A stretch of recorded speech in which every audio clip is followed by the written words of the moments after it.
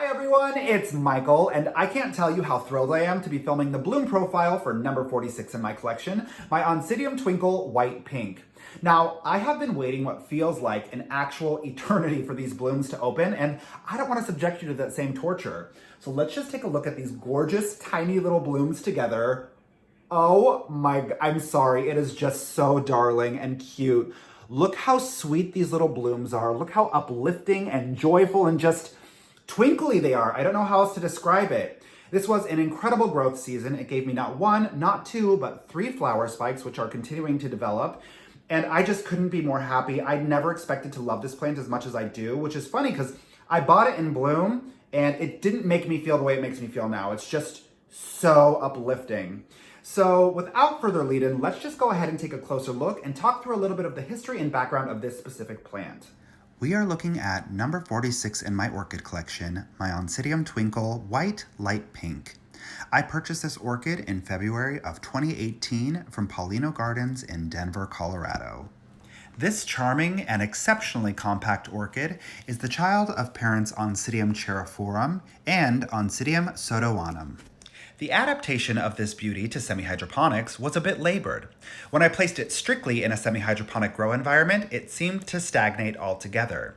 It wasn't until I added a top dressing of sphagnum moss that the root system really began to expand and fully establish. After doing that, the root system quickly came to occupy the entire container and support the healthy growth and development of this entire plant.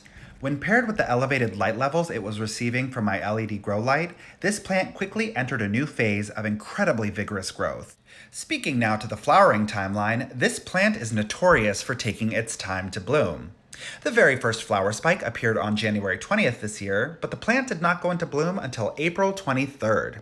This means that from the very first moment you notice a flower spike, you can expect approximately a 3-month incubation period before the blooms open. It is not terribly timely, but the wait is well worth it. Flower spikes will appear at the base of newly matured pseudobulbs, and depending on the health of the plant, you can expect 1 to 2 inflorescences per pseudobulb. Because this plant produced 3 flower spikes this year, I do anticipate it will be in bloom for a period of about 2 to 3 months.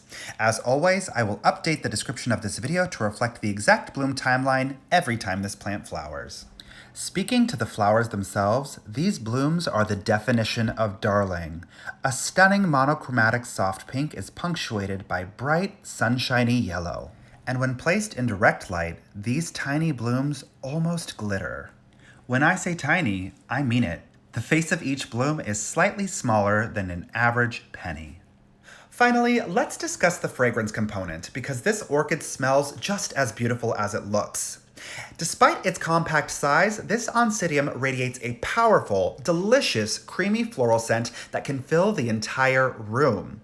It's almost as if heavy whipping cream is being mixed with vanilla and just the slightest hint of lemon zest. It is intoxicating and so stunning. And with that, that's pretty much it. Thank you as always for choosing to spend your time with me. If you have any questions, concerns, or feedback, go ahead and leave it in the comment section below. Be sure to support one another in the comment section because I'm so seldom available to do so. Don't forget to click subscribe and have a beautiful rest of your day. Mwah! Bye, friends.